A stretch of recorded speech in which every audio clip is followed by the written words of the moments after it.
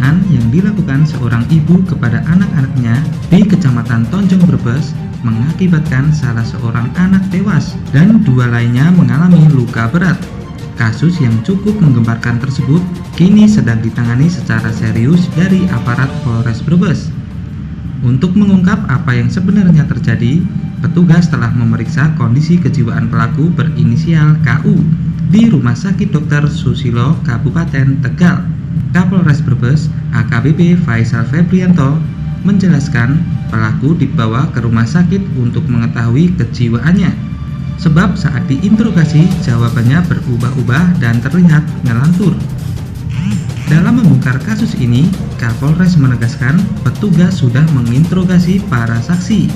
Adapun dalam gelar perkara yang berlangsung pada 21 Maret 2022, Kapolres mengungkapkan motif KU menganiaya anak-anaknya dengan cara menyayat lehernya karena merasa mendapat bisikan goib.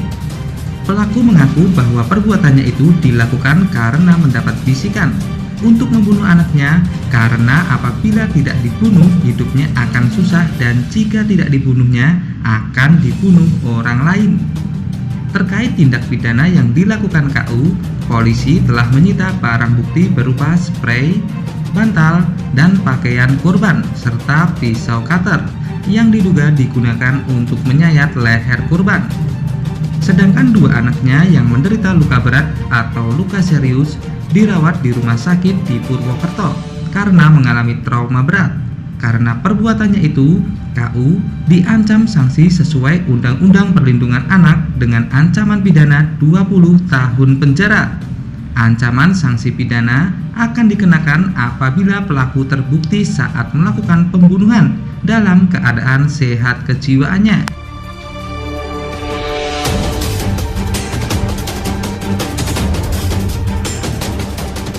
Kejadian yang terjadi di Desa Tonjong, Kecamatan Tonjong terkait dengan kekerasan terhadap anak sehingga menyebabkan kematian dan luka berat. Untuk TKP-nya berada di Duku Sokowera. Kejadiannya terjadi kurang lebih pukul 5 pagi setelah sholat subuh.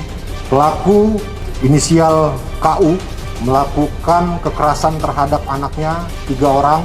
Salah satunya menyebabkan meninggal dunia dan 2 laginya mengalami luka berat dan masih dilakukan perawatan di Rumah Sakit Purwokerto. Jadi untuk kejadian ini kami sudah melakukan interogasi awal dan pemeriksaan awal terhadap 4 saksi dan 1 pelaku. Tapi si pelaku ini pada saat kita lakukan pemeriksaan masih belum stabil dan jawabannya selalu ngelantur atau ngacau. Sehingga pelaku saat ini kami lakukan observasi di RS di Tegal selama kurang lebih 7 hari sampai 14 hari sehingga kita tahu kondisi kejiwaannya apakah memang yang bersangkutan mengalami gangguan jiwa atau masih sehat kejiwaannya. Ini rilis awal, untuk perkembangan selanjutnya akan kami sampaikan kepada rekan-rekan semua.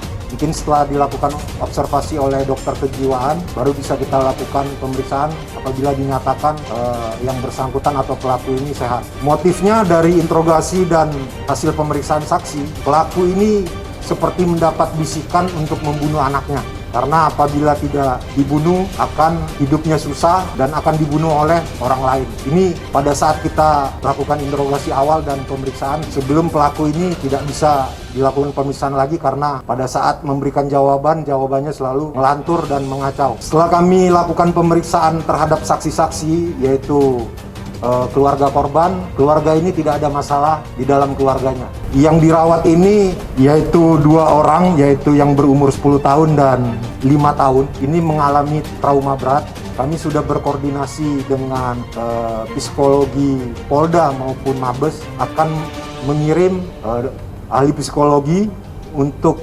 memberikan trauma healing kepada korban tersebut yang 2 orang.